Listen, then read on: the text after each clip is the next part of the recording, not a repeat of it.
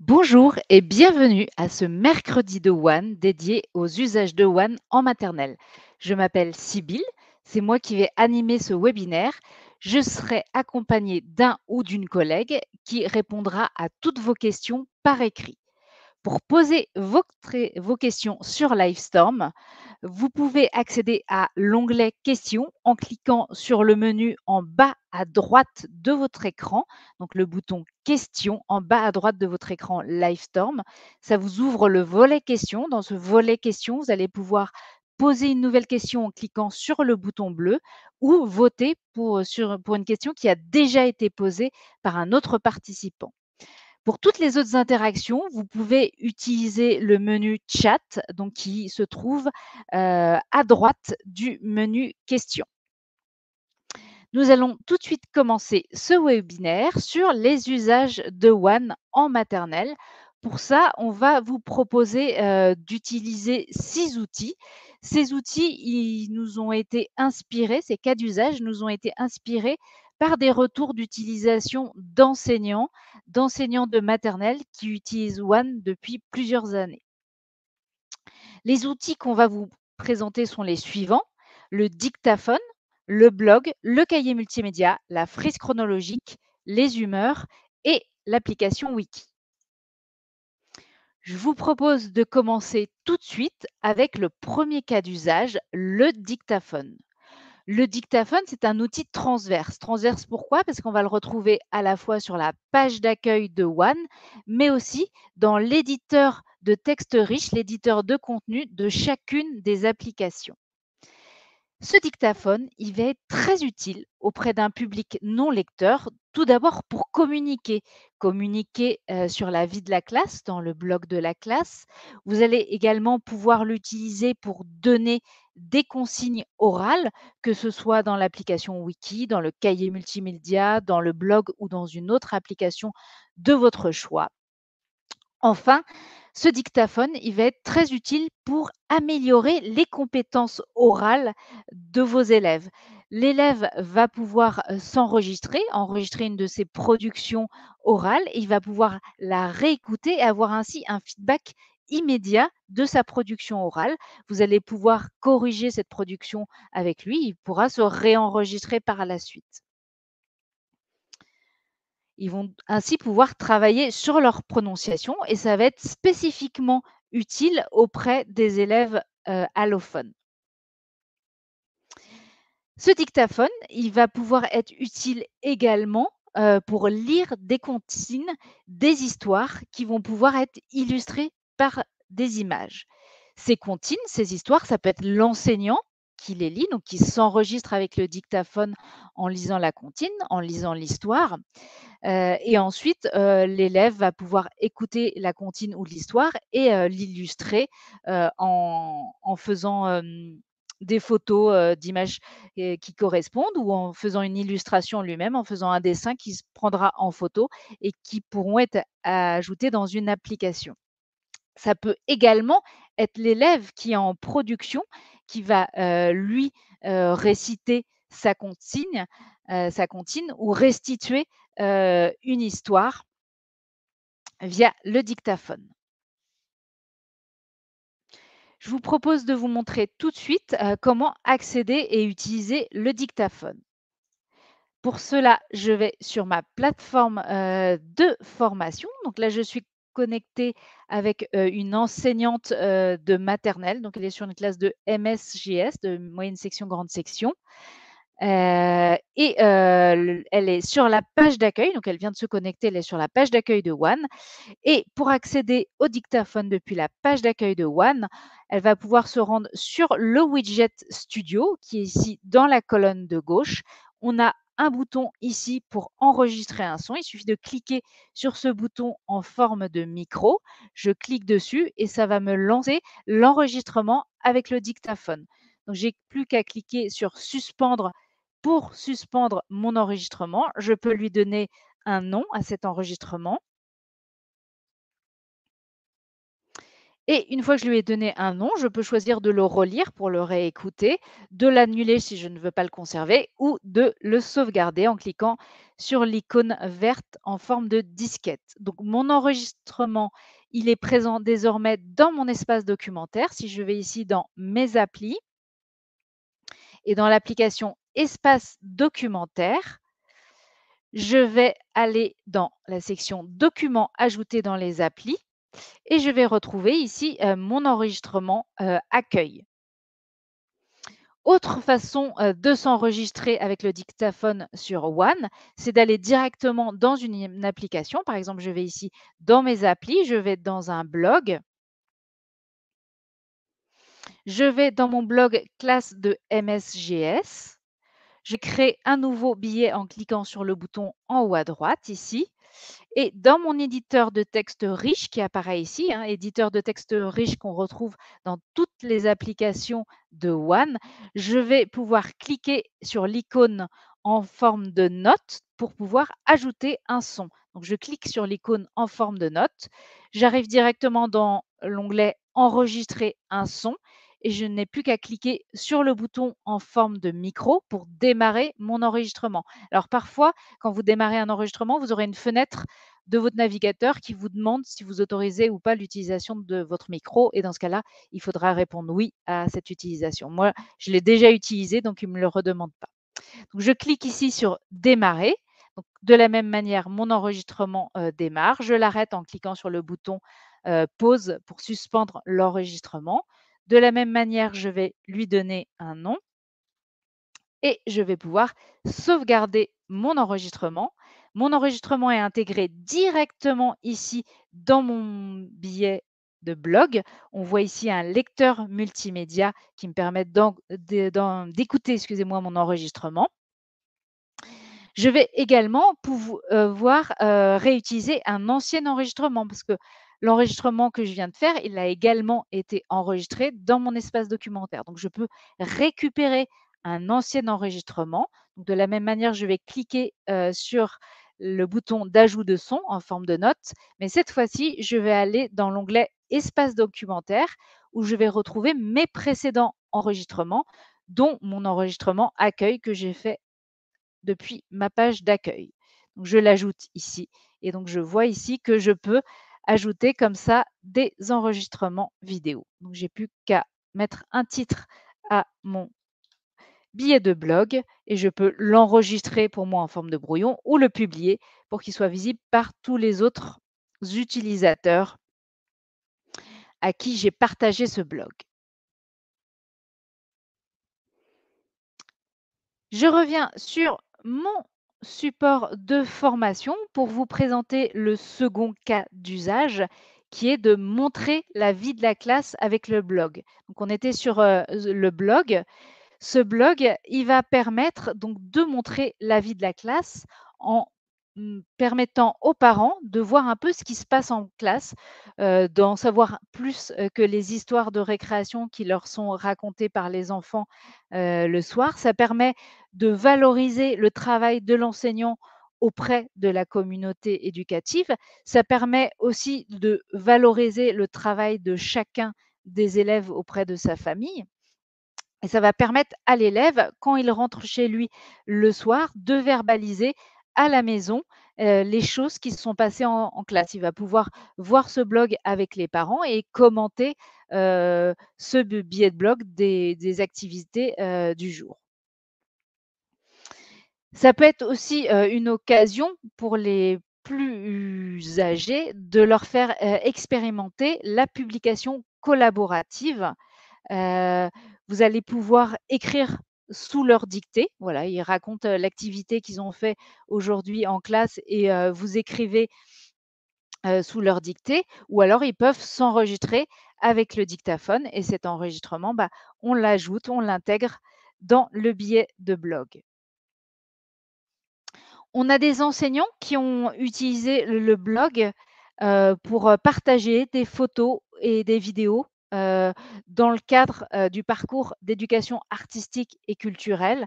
Voilà, au retour, d'un spectacle, ils publiaient, des photos, des vidéos, de ce spectacle, ou d'une exposition, diverse. On a également, une directrice, qui utilise, elle, le blog, comme cahier de vie. Voilà, auparavant, elle, faisait des photocopies de photos qu'elle faisait de la semaine où elle expliquait ce qui s'était passé en classe et elle trouvait ça assez contraignant.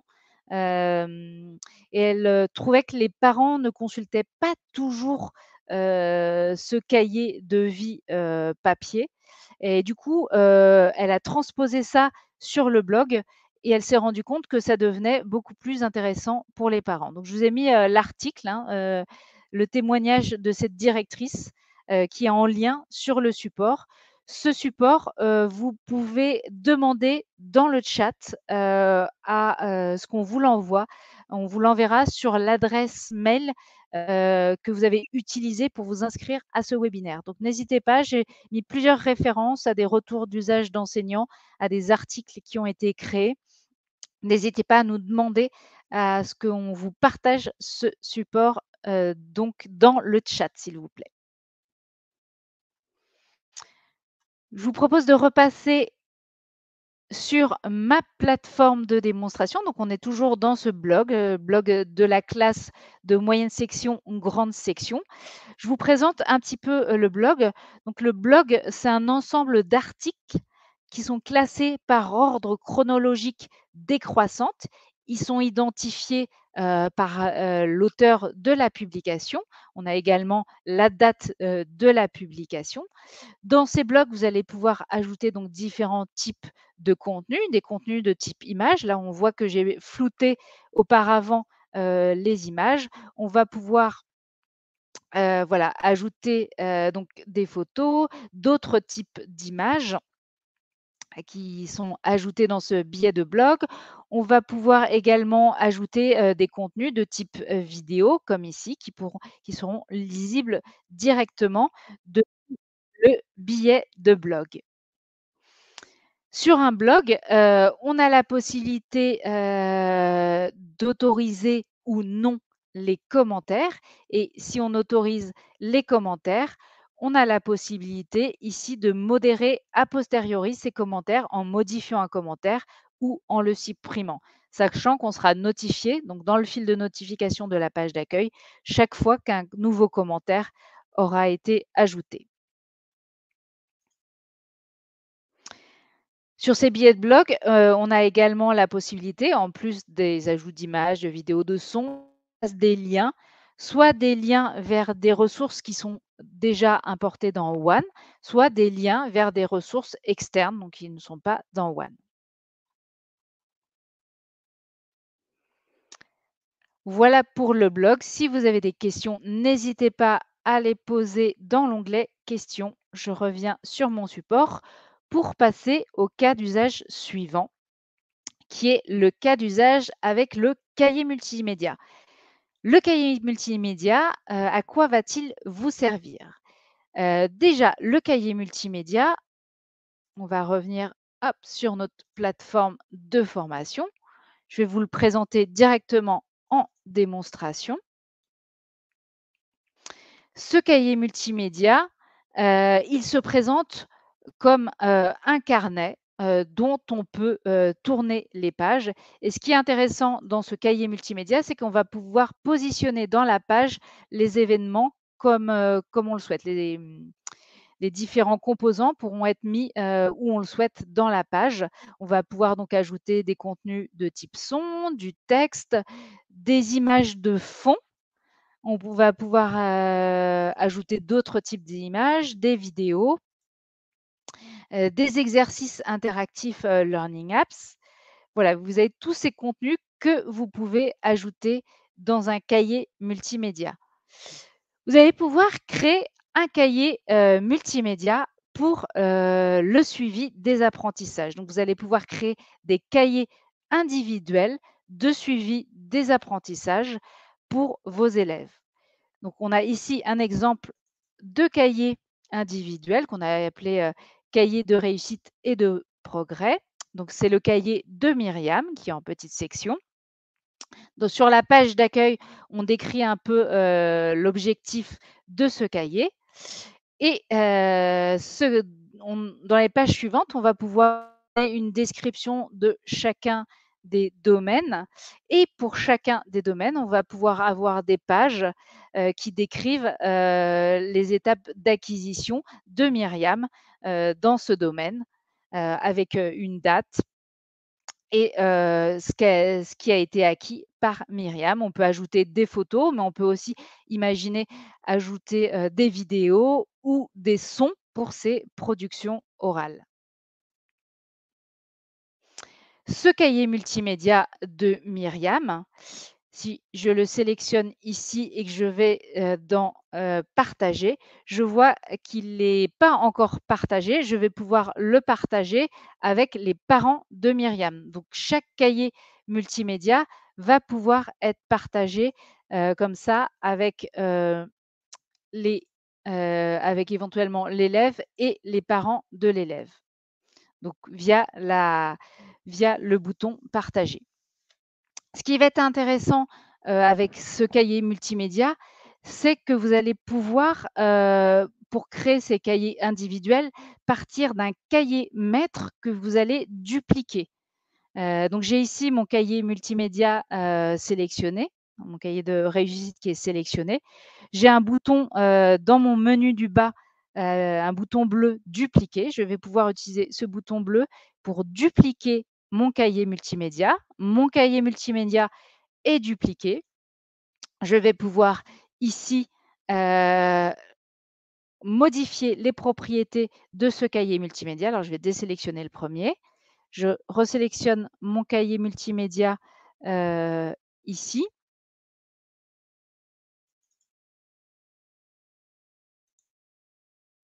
Excusez-moi, je resélectionne.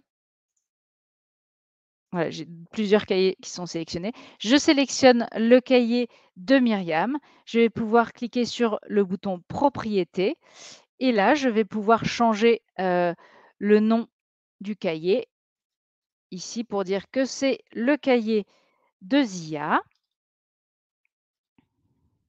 Et je vais également pouvoir changer l'image pour mettre une photo de Zia. Alors, je peux rechercher dans mon espace documentaire. Je n'ai pas encore de photo de Zia. Donc, je vais aller parcourir mon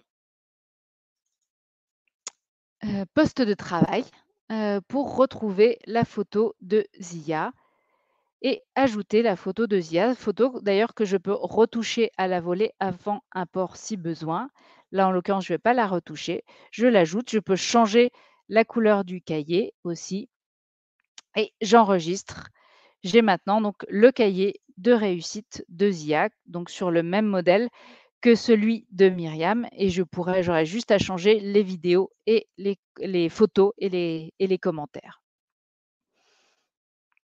Ce qui va être intéressant également, c'est que je vais pouvoir, à partir du cahier maître, si j'ajoute une page pour le cahier maître, copier cette page vers mes autres cahiers.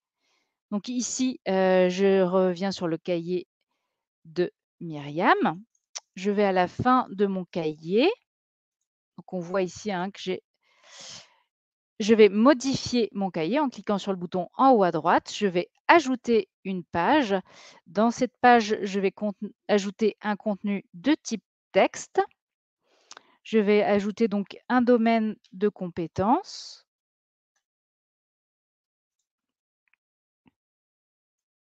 Hop, je le récupère ici. J'édite ma zone de texte. Je colle mon texte. Je le mets un petit peu en forme.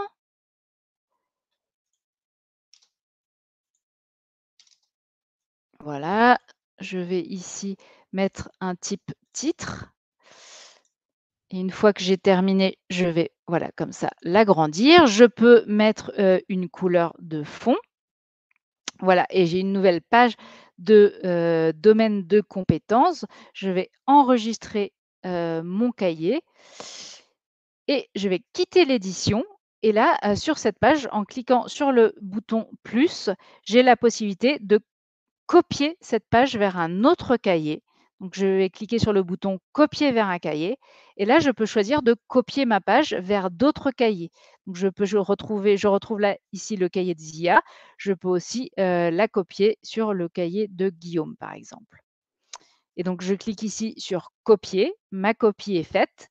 Et si je reviens dans les cahiers multimédia sur le cahier de Zia et que je vais à la fin du cahier de Zia, je vais retrouver la page que j'avais ajoutée sur le cahier de Myriam et que j'ai copiée depuis le cahier de Myriam sur le cahier de Zia et de Guillaume. Il y a ces fonctions de duplication à la fois de cahier et de page d'un cahier vers l'autre qui sont assez pratiques pour faire des cahiers individuels. Autre utilisation de mon cahier multimédia, je travaille autour de comptines, donc je vais pouvoir m'en servir comme support d'enseignement. Ici, j'ai un cahier de comptines, par exemple, dans lequel on va ajouter à la fois du texte, des images et puis des enregistrements audio des comptines. Comme ça, les enfants peuvent l'écouter par oral. On peut également intégrer des vidéos de la comptine. Donc là, c'est une vidéo qui était sur YouTube, qui a été intégrée directement dans mon cahier multimédia. Autre utilisation possible du cahier multimédia, vous travaillez autour d'une œuvre, donc que ce soit un livre, un artiste, vous allez pouvoir créer un cahier multimédia dédié à cette étude. Donc là, on a un cahier multimédia sur l'album La chenille qui fait des trous. Et donc on a l'album, une intégration d'une vidéo de lecture de l'album et puis ensuite on a du travail autour du vocabulaire, donc avec du texte, des images,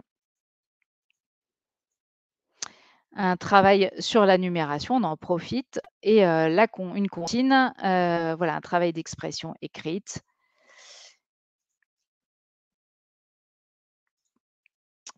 On peut le faire également si on travaille, autour d'un artiste. Donc ici, on a récupéré dans la bibliothèque un cahier multimédia qui s'appelle Nos poissons et nos émotions et qui travaille autour de l'œuvre de Mies van Hout. Donc même chose avec la possibilité d'intégrer des images, des photos d'œuvres qui ont été réalisées par les enfants et des contenus audio qui peuvent avoir été enregistrés par les enfants. Et donc ça permet également de travailler sur les émotions autour de cet artiste.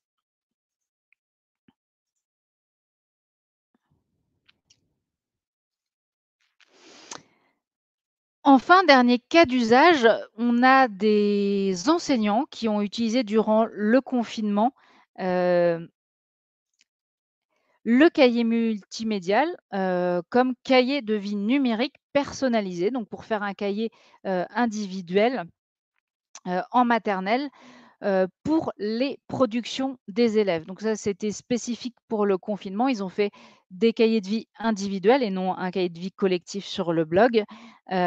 Mais c'était également pour permettre aux élèves de déposer leur production en situation de classe à distance. Si je reviens sur ma plateforme, on a l'exemple ici du cahier de Guillaume. Donc c'est son cahier de production ou voilà, qui contient les productions de l'enfant réalisées en classe durant l'année et les parents avaient la possibilité, en période de confinement, de voilà, de prendre des photos des productions de l'enfant et de les déposer cahier multimédia pour que l'enseignant voit ce qui avait été réalisé par l'enfant pendant cette période de classe à distance. Voilà pour le cahier multimédia. Encore une fois, si vous avez des questions, n'hésitez pas à les poser dans l'onglet questions. On va passer maintenant au quatrième cas d'usage. Alors avant ça, juste, un petit je reste sur le cahier multimédia encore quelques secondes pour, évoquer un cas d'usage aussi qui nous a été remonté lors d'une interview que vous retrouverez en lien, d'un enseignant qui avait, comme ça créé un livre numérique collaboratif avec, ses élèves. Donc il avait réparti ses élèves par groupe. Chaque groupe, d'élèves, avait pour mission de restituer par oral une partie d'un album qu'ils avaient étudié ensemble. Donc chaque groupe d'élèves faisait une restitution orale. Donc l'enseignant, dans un premier temps, il prenait, les notes de cette restitution orale. Ensuite, les élèves, ils allaient s'approprier ces notes, leur propre restitution, donc avec leurs propres mots, pour s'enregistrer, avec le dictaphone. Leurs enregistrements, donc ils étaient ajoutés dans le cahier multimédia et accompagnés, d'images, de photos de personnages, de l'histoire qui avaient été replacés, dans un décor. Donc il y a vraiment cette voilà, cette possibilité de créer comme ça un livre collaboratif avec vos élèves via le cahier multimédia.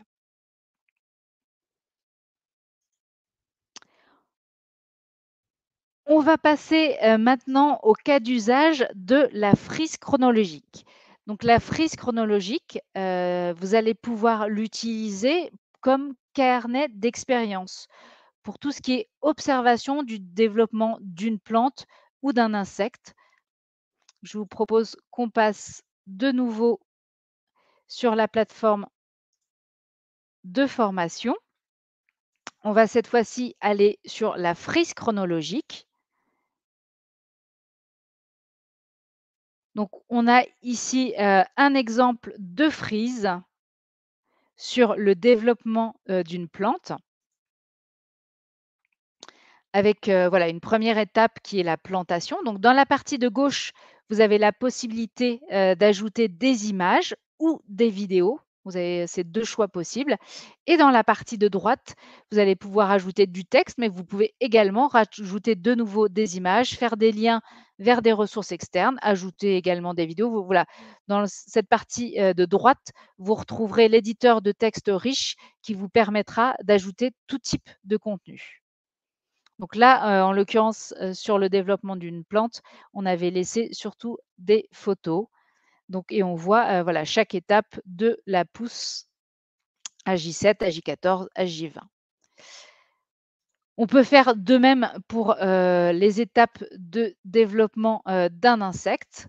Donc cette frise chronologique, notre élevage de papillons, je l'ai récupéré dans la bibliothèque. Vous pouvez la récupérer également dans cette, bibliothèque, dans l'application bibliothèque. Donc, voilà, on voit les différents stades de développement, du papillon, de la chenille qui grandit, jusqu'au papillon, en passant, par la chrysalide.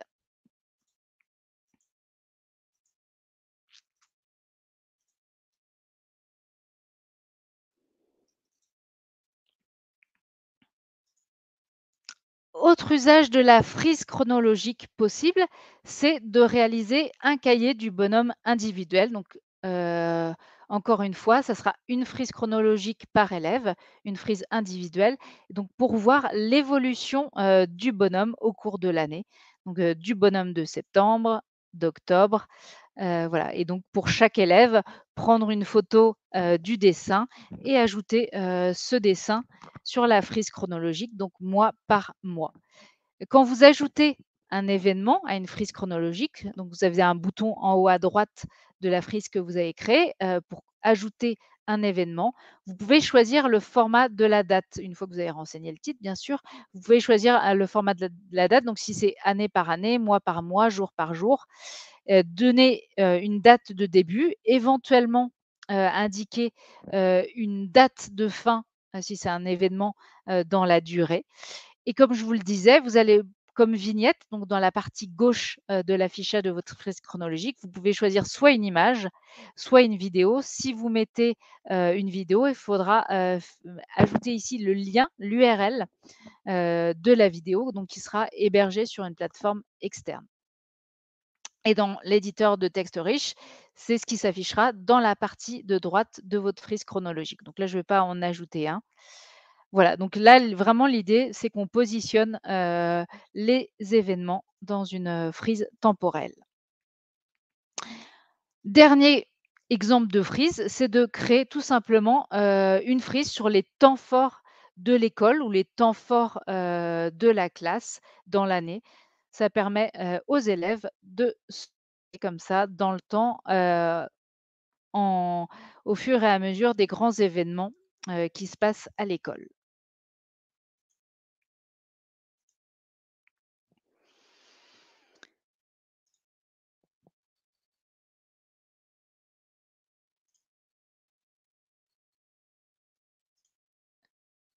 On va maintenant passer au cinquième cas d'usage sur, les humeurs du panda.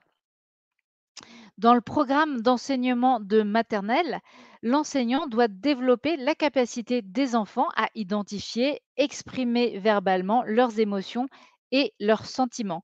À partir de là, on a eu, une enseignante, en Bretagne de maternelle donc, qui a eu l'idée d'utiliser les humeurs panda. Comment lui est venue cette idée? En fait, elle, utilisait One pour, des correspondances avec, d'autres, classes et quand elle se connectait, avec le compte d'un élève pour, voilà, pour ses correspondantes, dans le cadre de ses correspondances, pour ajouter une correspondance, à chaque fois, ils en profitaient pour aller changer, l'humeur de l'élève. C'est une activité, que les enfants appréciaient tout particulièrement et elle s'est dit: «Bah, voilà, ils sont familiers avec cette notion, bah, pourquoi, ne pas, l'utiliser en classe?» Donc elle a imprimé, toutes les petites têtes de panda d'humeur et en fait, chaque matin, quand l'enfant, va placer son étiquette en arrivant le matin, il va pouvoir y associer une humeur.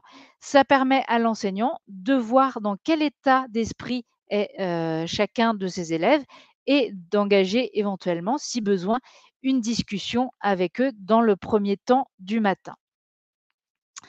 Elle a également utilisé ses humeurs, pour travailler, sur le fait de nommer et d'écrire les émotions, mais également travailler sur la gradation, des émotions. Elle a proposé aux élèves de dessiner et de créer de nouvelles humeurs ou alors, d'accentuer l'humeur, en coloriant, les pandas. Voilà, en appuyant, sur le coloriage, d'accentuer ces émotions. Je vous ai mis dans le support des fiches imprimables, donc c'est celles qu'elle a utilisées, et qu'elle imprime et pour lesquelles elle propose aux élèves d'accentuer les émotions ou, de dessiner des humeurs supplémentaires, donc c'est en lien dans le support. Encore une fois, n'hésitez pas à demander à ce qu'on vous partage, ce support donc dans le chat, moi je verrai votre nom, votre prénom et on vous enverra le support par mail. Donc pour accéder, aux émotions dans One, il y a 2 endroits. Donc depuis la page d'accueil, ici, on va pouvoir définir une humeur dans le widget humeur, tout en haut à gauche ici de mon écran. Donc voilà, je peux mettre ici que je suis fière. Il y a un autre endroit où on peut modifier son humeur, c'est dans la rubrique Mon compte, donc l'icône, dans la menu de navigation supérieure, l'icône en forme de silhouette sur fond violet. Si je clique dessus, j'arrive sur mon profil et en dessous de la photo de profil, je peux, ici également définir une humeur. Là, je redeviens rêveuse. Moi, en tant qu'enseignant, je suis notifiée des changements d'humeur des utilisateurs de mon réseau, ici, dans mon fil de nouveautés. Donc en filtrant mes nouveautés, là, je les ai désactivées. Mais si je fais l'inverse et que je sélectionne les humeurs, je verrai tous les changements d'humeur, des utilisateurs de mon réseau, donc ceux qui ont le droit de communiquer avec moi.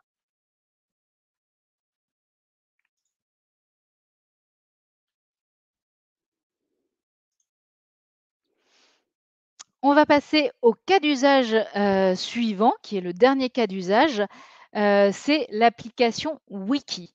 L'application, Wiki, et bien, c'est un ensemble de pages, donc qu'est-ce que c'est qu'un wiki? C'est un ensemble de pages reliées à la manière du célèbre site encyclopédique.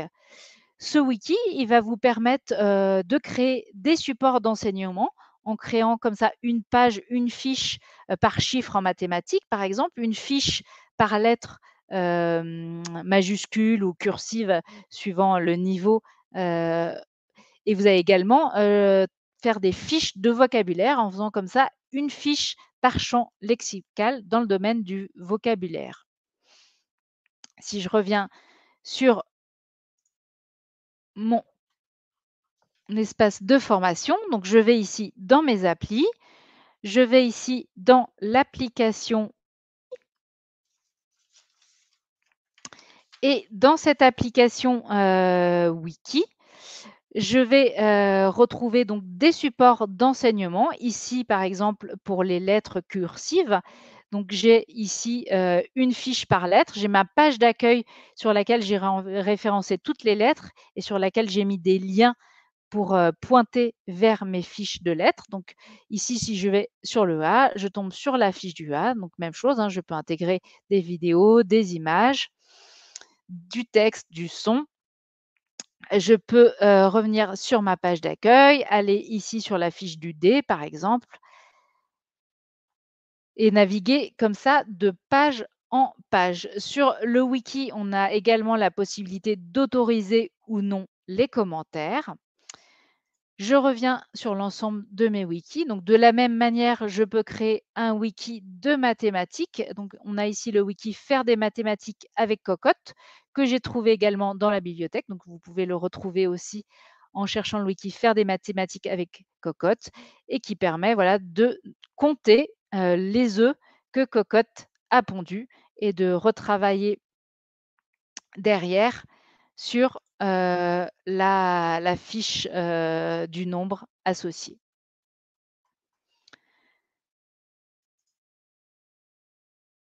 Enfin, autre support d'enseignement sur le vocabulaire, je vous disais, voilà, on peut faire comme ça des fiches par champs lexicaux.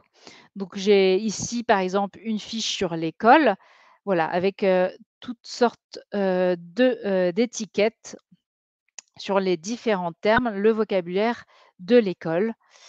De la même manière, voilà, on peut faire la même chose pour le corps, les habits, l'hygiène, les aliments. Donc j'ai mis la source hein, en bas de mon. J'ai trouvé ça sur la classe de Lorraine.blogspot.fr.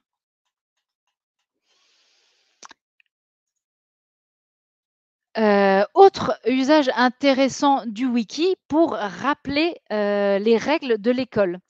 On a ici un wiki qui s'appelle Les bêtises de trop dans la classe, donc que j'ai récupéré également dans la bibliothèque et qui va permettre par thématique, par type d'activité, ici, si je vais sur trop et les livres, de voir en fait ce qu'il faut éviter de faire. Donc là, on voit qu'il y a la mascotte de l'école qui est trop, qui a laissé tous les livres ouverts et mal rangés. Et en bas, on a ce qu'il y a à faire, bah, re-ranger les livres dans la bibliothèque. Et donc, on a ça pour les différentes pages, trop et la cuisine, par exemple. Voilà, on voit ce qu'il ne faut pas faire et ce qu'il est mieux de faire, donc de se mettre sur une table.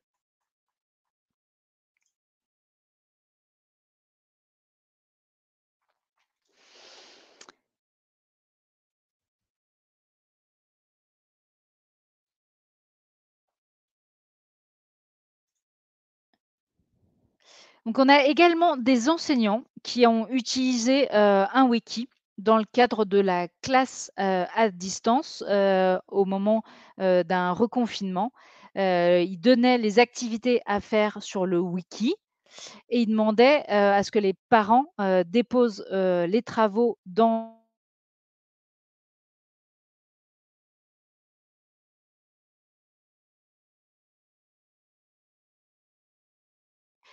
sur cette utilisation, du wiki en cas de reconfinement, webinaire que je vous ai mis également, en replay. Pour finir, je vais vous présenter, la bibliothèque en quelques mots. Donc la bibliothèque, c'est un espace de mutualisation et de partage entre enseignants. Vous, en tant qu'enseignant, vous allez pouvoir y accéder, récupérer des ressources prêtes à l'emploi, les remodifier et ensuite les repartager à votre classe.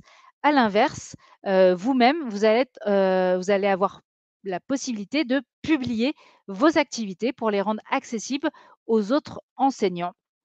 Ça va être aussi l'occasion de commenter, de débattre sur des démarches pédagogiques. Donc, pour chaque activité, vous avez des zones de commentaires où vous pouvez remercier la personne qui a déposé l'activité, qui a publié l'activité, et vous allez pouvoir débattre sur les démarches pédagogiques. Donc la bibliothèque, vous la trouvez via Mes applis. Donc je vais ici sur Mes applis. Vous devez avoir une icône bibliothèque. Si vous ne l'avez pas, n'hésitez pas à aller sur l'application Assistance pour demander à ce qu'on vous active cette bibliothèque. Normalement, tous les enseignants et personnels ont accès à cette bibliothèque. En tout cas, tous les enseignants. Et dans cette bibliothèque, vous allez pouvoir retrouver ces activités prêtes à l'emploi. Alors, je vais aller sur une autre bibliothèque de production parce qu'elle est un peu plus riche. On a plus de 4000 activités. Et dans cette bibliothèque, vous allez pouvoir rechercher une activité. Ici, si je recherche trop, par exemple, je vais normalement mes activités autour de Trotro. Donc là, je vois qu'il y a 2 wikis, les bêtises de Trotro dans la classe et les aventures de Trotro dans la forêt. Si j'apprécie particulièrement les activités de cette enseignante, je peux m'abonner à cette enseignante pour être averti des prochaines publications de cette enseignante dans la bibliothèque. Je reviens en arrière. Autre possibilité pour ajouter, pour rechercher des contenus, c'est d'aller chercher, d'aller utiliser des filtres qui sont sur la partie gauche de mon écran, donc filtrer par application, par exemple. Je peux choisir ici le blog, le cahier multimédia et la frise chronologique. Je peux mettre ici une tranche d'âge pour récupérer comme ça des activités. On va faire un peu plus large. Et puis, je peux aussi sélectionner par discipline, par type d'activité. Et ça me restreint les activités qui s'affichent. Ici, je n'ai plus que 1527 résultats. Je peux encore utiliser les mots-clés. Voilà, donc dans cette bibliothèque, on a plus de 4000 activités actuellement. N'hésitez pas à la parcourir et à récupérer des activités prêtes à l'emploi. Je vous remercie à tous pour votre participation. On va vous mettre dans le chat un lien vers le questionnaire de satisfaction. N'hésitez pas à le remplir. C'est important pour nous de voir ce qui fonctionne moins bien, ce qu'il faudrait améliorer. Donc, n'hésitez pas à nous faire vos retours. Je vous ai mis dans ce support aussi des liens vers certaines activités qui sont dans la bibliothèque. Je vous ai mis aussi des liens vers des ressources pour trouver de la documentation. La boîte à outils qui est sur notre site public. On a un centre d'aide public dans notre boîte à outils. On a une newsletter dans le coin des profs, donc toujours sur notre site public, dans la rubrique Actualité. On a tous ces articles qui nous ont permis de créer ces cas d'usage. Et on a également dans cette rubrique Actualité le programme des prochains webinaires. Donc n'hésitez pas à aller consulter ces ressources sur notre site public One d'Open Digital Education. Je vous remercie à tous de votre participation et je vous souhaite à bientôt pour un prochain webinaire. Je ferme l'enregistrement de ce webinaire. Vous pouvez continuer à utiliser le chat ou l'onglet questions. Merci à tous.